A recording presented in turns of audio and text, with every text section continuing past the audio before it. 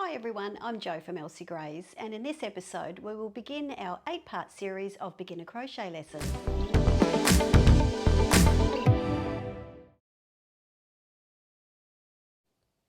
Over the next 8 weeks we are going to start building a library of informative and educational videos on beginning your crochet journey step by step.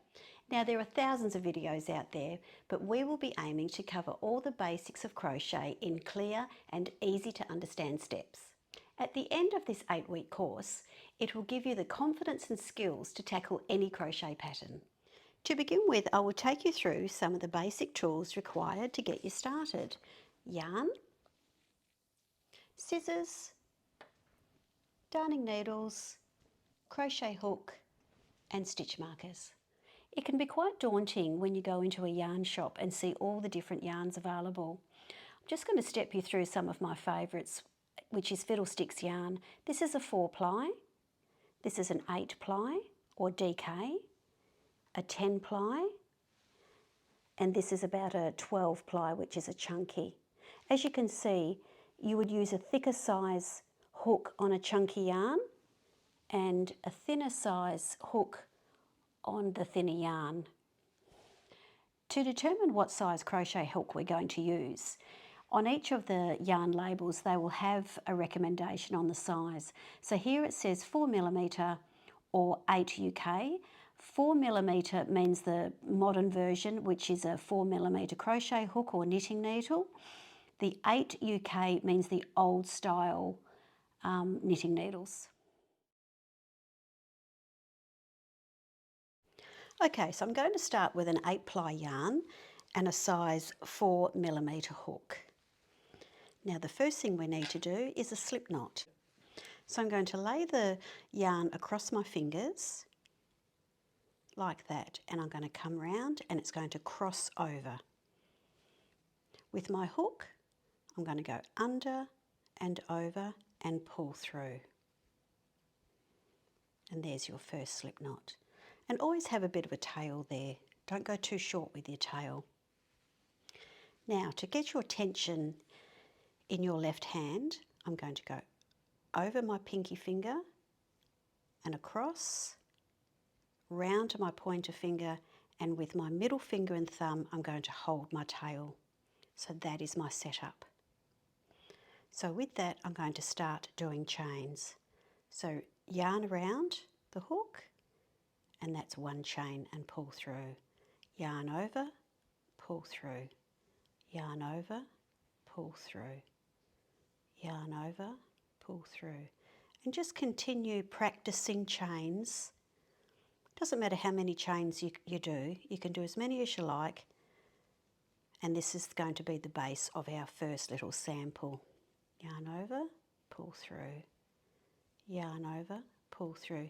And you can see as we're going up the chain, I'm moving my middle finger and thumb and holding the row of chains. Yarn over, pull through.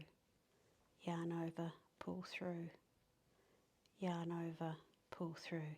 And here I'll move my fingers up again. So I'm holding them quite close to the hook there. Yarn over, pull through. And when you're pulling through, making sure your hook is down. If you go like this, you're never going to pull this stitch off the hook. So yarn over, hook down and pull through. Yarn over, and see how I'm twisting that hook as I go. I just wanted to show you how I hold my hook, and it's like a knife. I'm holding it like a knife. Some people can hold their hooks like a pencil, and I'll try and crochet like this. I'm not very good at it, and hook down. I find it much easier holding it like a knife, and then it just glides through my hands.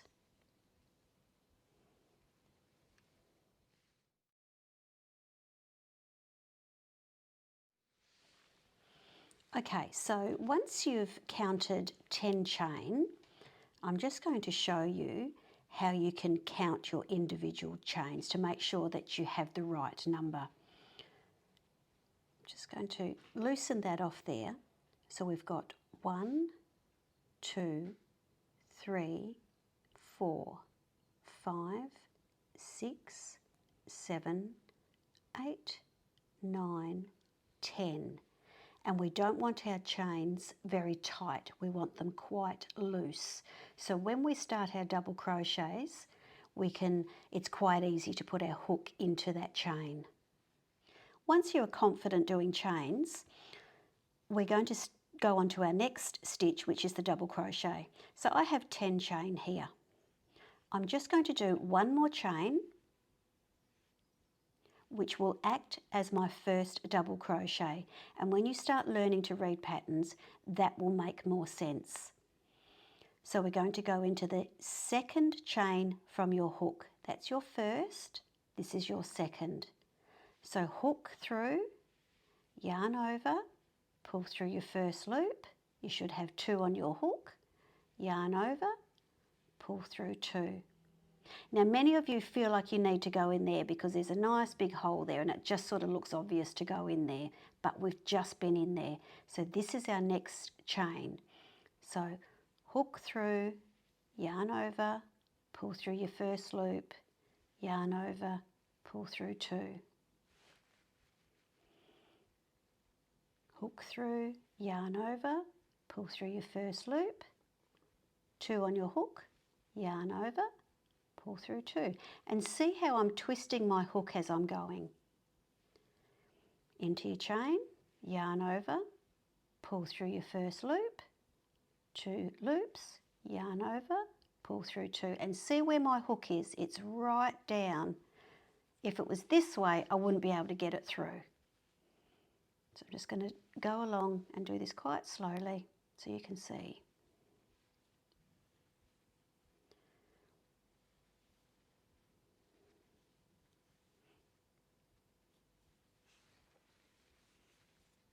And don't worry about this hole here, that will settle down.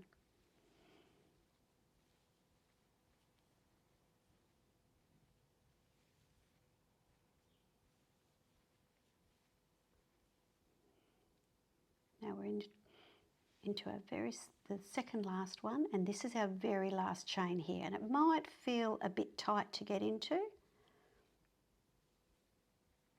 Oh no, we're actually at the end now. So let's count our stitches.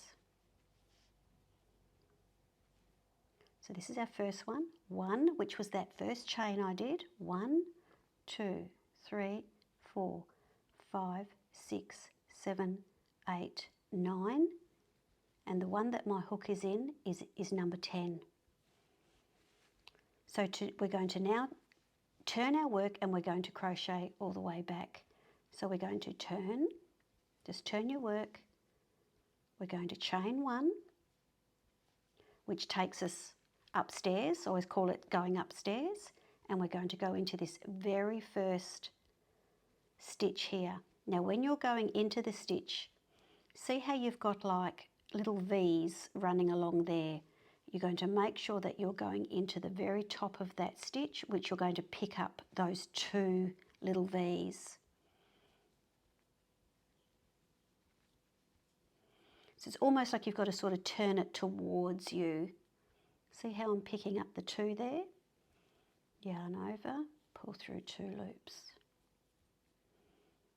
And you can almost see, it's quite obvious there, there's a little hole that you can pop your hook into. I'll just show you that again, which is there. So I'm picking up those 2 stitches.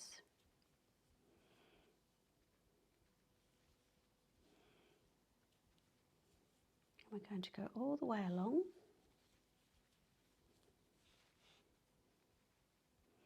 And right at the end, I'll show you where you're going to put that last stitch.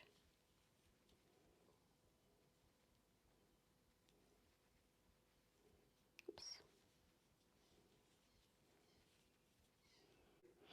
So we've gone all the way along here. Now we've got to put our last stitch into this little one here. Now that was that very first chain before we started our double crochets. So we're going to put our last stitch into there. Sometimes it's a little bit tight, but that's okay. Pull through. Ooh, it's not going to let me. and that's our last double crochet. So we turn, one chain, and this is our first one right there. So we're going to do a double crochet into there. And again, all the way along. Now after each row you should count your stitches, that you have 10. If you have 9, then your block will end up going inwards like this, and you'll keep losing stitches as you go. If you're adding stitches, it'll go out like this. We want a nice straight edge. Okay, so once you've repeated a few rows, you can see that my edges are nice and straight. It's not going out and it's not coming in, and I have exactly 10 stitches all the way across. So that's just a cute little sample. You can make that as big as you like. You could do 20 chain or 15 chain and just practice those double crochets, going up and down your rows, making sure that you've still got the correct number of stitches. Well, that concludes week 1.